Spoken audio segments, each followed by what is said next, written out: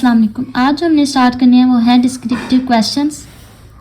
तो सबसे पहला क्वेश्चन है explain the structure of a hydrogen atom. Hydrogen atom के स्ट्रक्चर को एक्सप्लेन करें। तो इसके लिए हमने जाना है पेज नंबर 24 पे। ये लॉन्ग क्वेश्चन नंबर 1 है। तो इसमें हमने क्या करना है, ये आइसोटॉप्स वाला लॉन्ग लिख देना है। ठीक है, आइसोटॉप्स की इसमें डेफिनेशन लिखेंगे, इसकी एग्जाम्पल देंगे। इसके अलावा हमने इसके हाइड्रोजन के आइसोटॉप्स हमने बना देने। अगर आपने ये वाला लेक्चर नहीं सुना हुआ तो आप जाके मेरा लेक्चर सुने और आपको अच्छे से समझ लग जाएगी। अब चलते हैं दूसरे क्वेश्चन की तरफ जी। तो क्वेश्चन नंबर 2 है how does the theory of atomic structure explain the ionisation of atoms by a radioactive isotope. तो इसमें हमने क्या एक्सप्लेन करना है, आयनाइजेशन ऑफ एटम्स के ionisation by radioactive isotope के जरिए।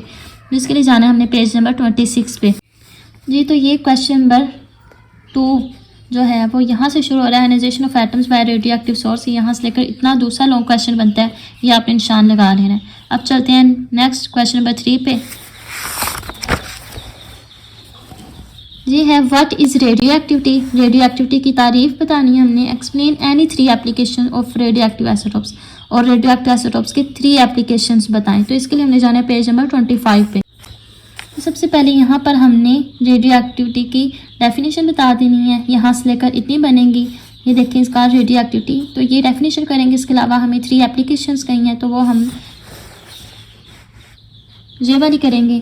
ठीक है, तो applications of radio active isotopes, ये तीसरा लॉन्ग क्वेश्चन है यहाँ से लेकर, और ये वाला लॉन्ग क्वेश्चन यहाँ तक बनता है। ठीक है, find out the relative atomic mass of mercury from the following data. इसमें हमने मरकरी का रिलेटिव एटॉमिक मास फाइंड करना है। ठीक है, तो मरकरी का आइसोटॉप 196 है, इसकी अबंडेंस ये दी हुई है। तो मुख्तलिफ आइसोटॉप्स हैं और उनकी मुख्तलिफ अबंडेंस दी हुई है। ठीक है, तो इसको अब हल करते हैं। Relative atomic number is equal to the relative abundance multiply atomic mass over 100। ये वाला फार्मूला हमने पढ़ा हुआ है ऑलरेडी। ठीक है, तो इसमें हमने क्या करना है, जितनी भी अबंडेंस हमें दी है वो सारी हमने लिख लेनी है। अबंडेंस के साथ हमने एटॉमिक मास भी लिख लेने हैं। ठीक है, तो जो सबसे पहला जो एटॉमिक मास था वो मरकरी का 196 था, उसको हमने अबंडेंस के साथ मल्टीप्लाई कर देना है। ठीक है, मैं आपको दिखाती हूँ। जैसे आप ये देखें कि मरकरी का जो आइसोटॉप नंबर 196 है उसको हमने मल्टीप्लाई करवा देना है उसकी अबंडेंस के साथ। अब नेक्स्ट है 198 को हमने कर देना है 10.0 13.2 के साथ। इसी तरह ही हमने सिंपल इनको इनके साथ मल्टीप्लाई करते जाना है।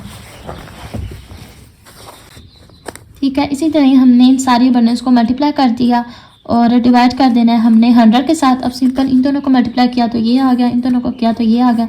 सिंपल मल्टीप्लाई करते जाएंगे तो आंसर आ जाएगा। डिवाइड अगेन वैसे को ऐसे लिख देना है 100 के साथ। अब हमने क्या कर देना, ऊपर वाली सारी अमाउंट्स को हमने प्लस कराया तो ये आ गया। डिवाइड कर देना है हमने 100 के साथ।